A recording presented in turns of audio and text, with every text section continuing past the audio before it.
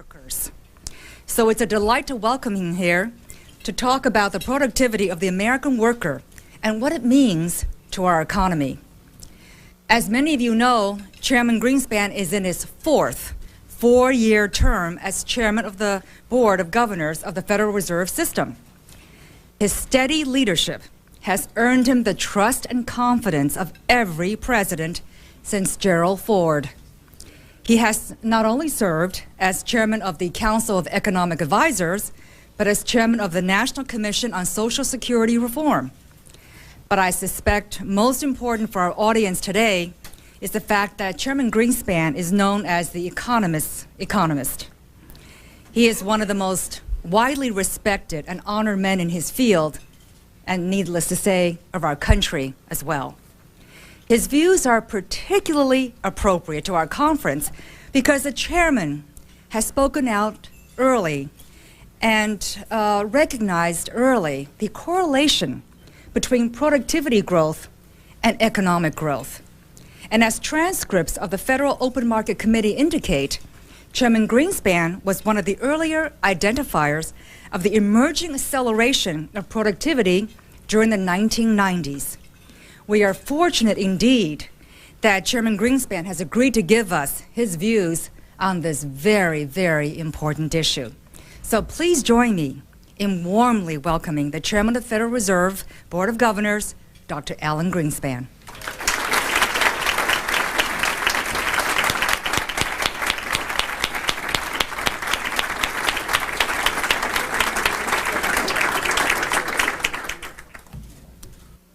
Thank you very much, Madam Secretary. It's always interesting to appear in this room whose configuration is particularly appropriate for economists who are practiced in speaking out of both sides of our mouth.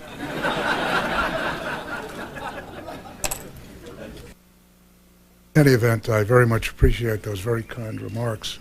Where did the Secretary go?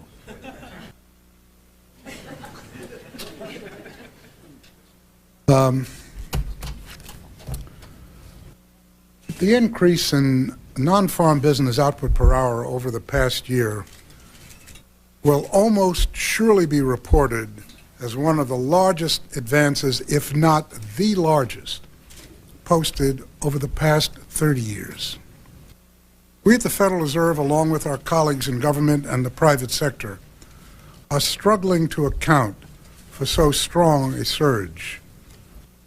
We would not be particularly puzzled if the increases in output per hour were occurring during a period of very rapid economic growth, such as has often attended recoveries with steep recessions.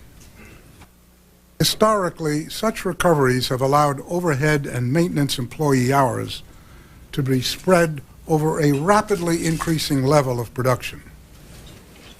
But during the past year, we have averaged only modest economic growth. The reported estimates of output per hour do not appear to have resulted principally from faulty data or measurement error. Whether output is measured from the expenditure side or from the independently estimated income side of the national accounts, and whether hours of work are measured from the survey of establishments or the survey of households, the same basic result is clearly evident: an impressive gain in output per hour over the past year. This conclusion is buttressed by recent sizable increases estimated for labor productivity for the manufacturing sector, derived from a data system that, for the most part, is independent of the national accounts. To be sure, because the productivity feast of recent quarters has been so difficult to explain, many analysts expect a productivity famine in the period ahead. Others, however, are not so pessimistic. Regardless of how events unfold, we will need to confront difficult questions posed by the recent performance of productivity if we are to properly evaluate economic developments going forward.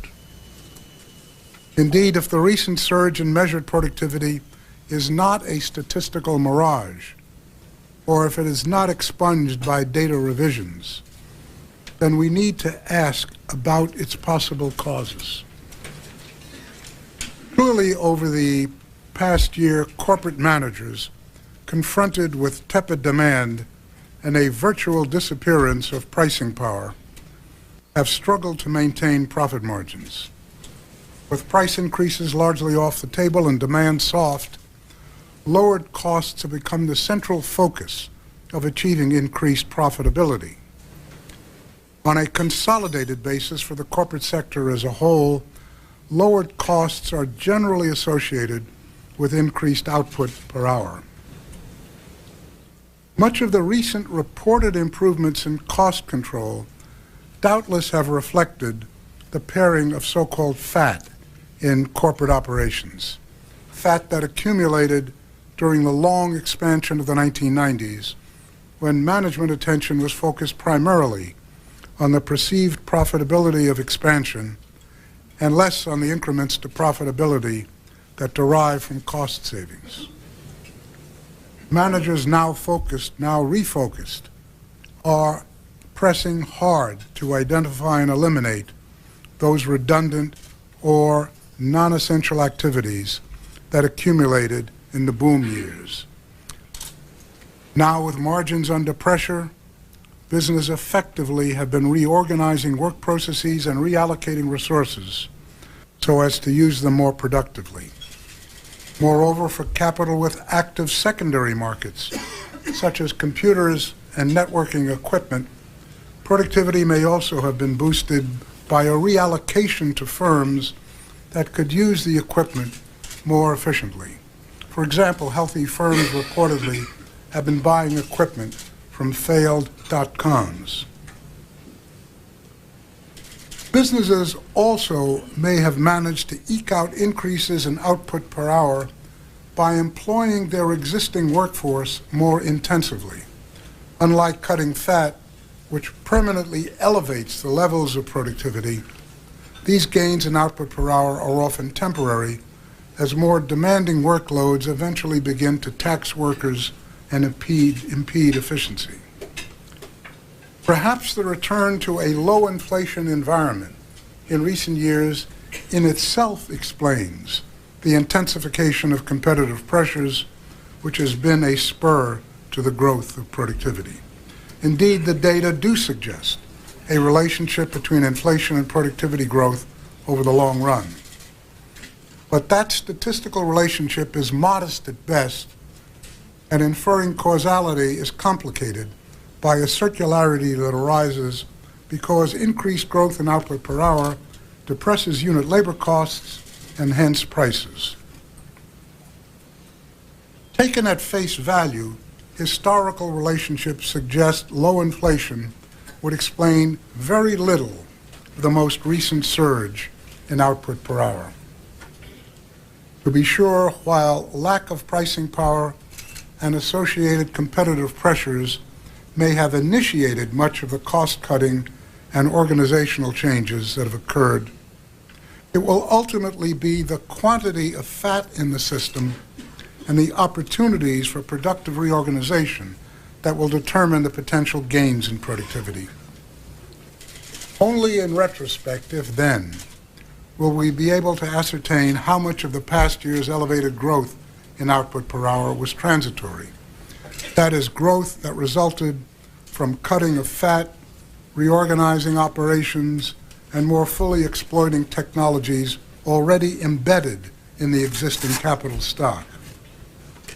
Such improvements, even though they are long-lasting, are of course a level adjustment with no necessary implications for productivity growth going forward.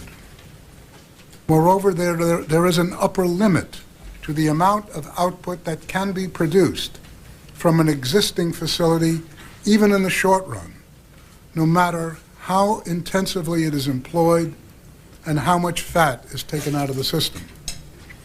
Corporate management cannot unendingly reduce cost without at some point curtailing output or embodying new technologies through investment to sustain it.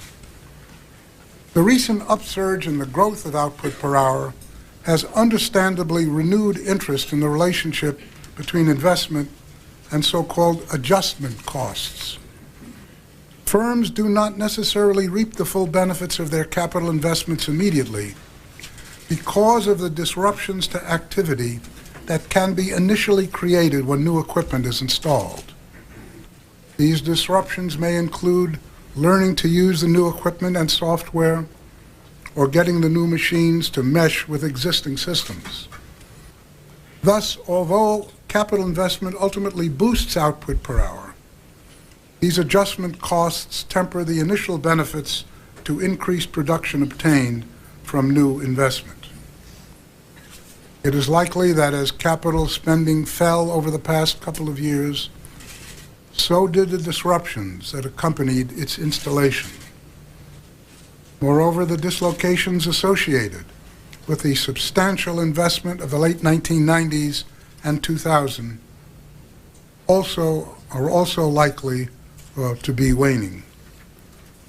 This lower level of disruption provides a boost to growth in output per hour for a time. How much remains an open question. The quantitative evidence on the magnitude of this effect spans the range from significant to small. The ability of businesses to boost productivity with what seems to be minimal new capital investment over the past 2 years suggests that output per hour growth in the latter years of the 1990s likely trailed the growth in underlying productivity in those years.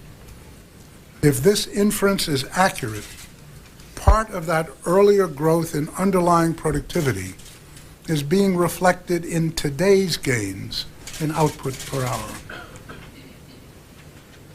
The difficulty in explaining the recent past is most evident when we decompose gains in output per hour into the contribution from changes in worker quality, the amount of capital used by workers, that is capital deepening, and the contribution from all other factors, a notion that economists label multi-factor productivity. By definition, multi-factor productivity includes technical change, organizational improvements, cyclical factors, and myriad other influences on output per hour apart from capital investment. With capital spending sluggish over the past year and no evident acceleration of worker quality, it is likely that growth of multi-factor productivity accounts for an appreciable portion of the rise in output per hour. Based on historical experience, it seems improbable that all of the large rise in multi-factor productivity could be attributed to cyclical or transitory factors. Conversely, it seems very unlikely that all of the increase in growth of productivity could be attributed to structural influences. The truth, presumably, lies between these two extremes, but where has yet to be determined. At minimum, however, it seems reasonable to conclude that the step up in the pace of structural productivity growth that occurred in the latter part of the 1990s has not as yet faltered. Indeed, high growth of productivity over the past year merely extends recent experience. Over the past 7 years, output per hour has been growing at an annual rate of more than 2.5% on average, compared with a rate of roughly 1.5% during the preceding 2 decades. Although we cannot know with certainty until the books are closed, the growth of productivity since 1995 appears to be among the largest in decades. Our nation has had previous concentrated bursts of technological innovation. In those instances, business practices slowly adapted to take advantage of the new technologies. The result was an outsized increase in the level of productivity spread over a decade or two, with unusually rapid growth rates observed during the transition to the higher level. For example, as the benefits that attended the development of the electric dynamo and the internal combustion engine more than a century ago became manifest in both the capital stock and the organization of production, the growth of labor productivity surged. From an average annual rate of 1.75% in the late 19th and early 20th century, it jumped to 3.75% rate in the decade following World War I. Subsequently, productivity growth returned to a 1.75% pace. Then, for the quarter century following World War II, productivity growth rose to an average rate of 2.75% before subsiding to a pace of 1.5% annually from the mid-1970s to the mid-1990s. Arguably, the pickup in productivity growth since 1995 largely reflects the ongoing incorporation of innovations in computing and communications technologies into the capital stock and business practices. Indeed, the transition to the higher permanent level of productivity associated with these innovations is likely not yet completed. Surveys of purchasing managers in recent quarters consistently indicate that an appreciable share reports that their firms still have a considerable way to go in achieving the desired efficiency from the application of technology to supply management. If the backlog of unexploited long-term profitable technologies remains high, it should be assumed that once currently elevated risk premiums and the heightened cost of equity capital and some debt recedes, or cash flows expand, new productivity-enhancing capital investment will pick up. Further evidence that firms still have not fully adapted their operations to the latest state of technology also is provided in a recent study that attempts to measure the technological gap, that is, the difference between the productivity of leading-edge capital and the average productivity embodied in the current capital stock. This gap is estimated to be quite wide currently, which suggests that there are still significant opportunities for firms to upgrade the quality of their technology and with it the level of productivity. The paper presented by Stephen Olener and Dan Sickle this morning also provides a basis for arguing that a significant portion, and possibly all, of the productivity revival of the mid-1990s is sustainable.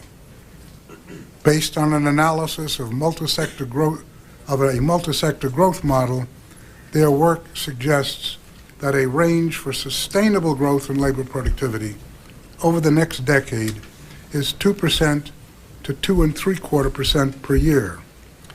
Jorgensen, Ho, and Stiro use a similar methodology and find a range from a little less than 1.5% to about 3%, with a central tendency of around 2.25%.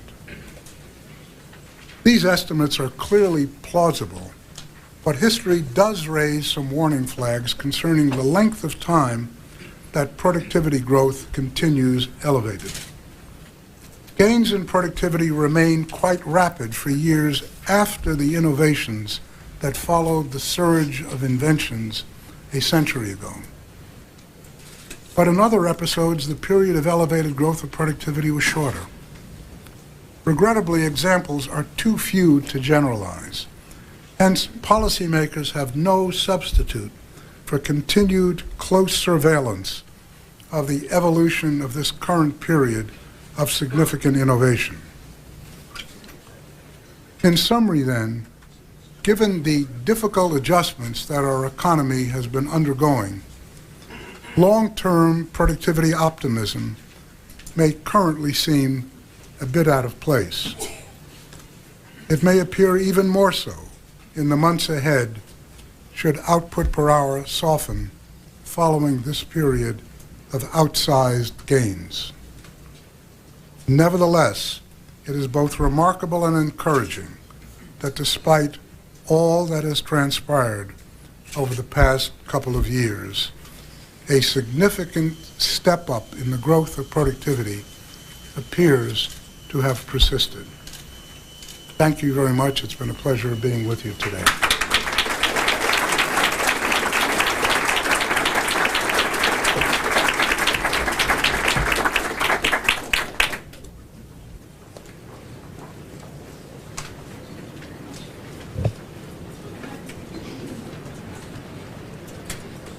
Mr. Chairman, thank you once again, as usual, for a very interesting and informative speech. We thank you once again for your time. And now if I can ask the next round of panelists to come up to the panel.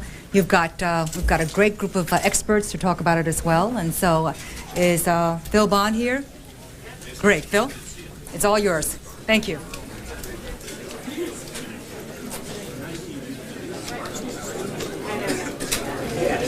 We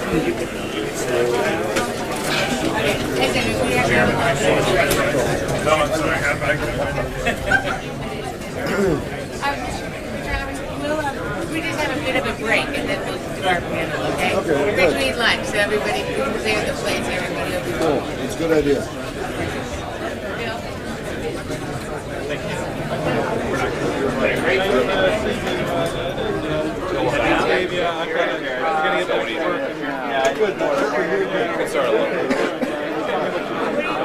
I'm going to annoy both of you guys with questions about whether unemployment, low unemployment can actually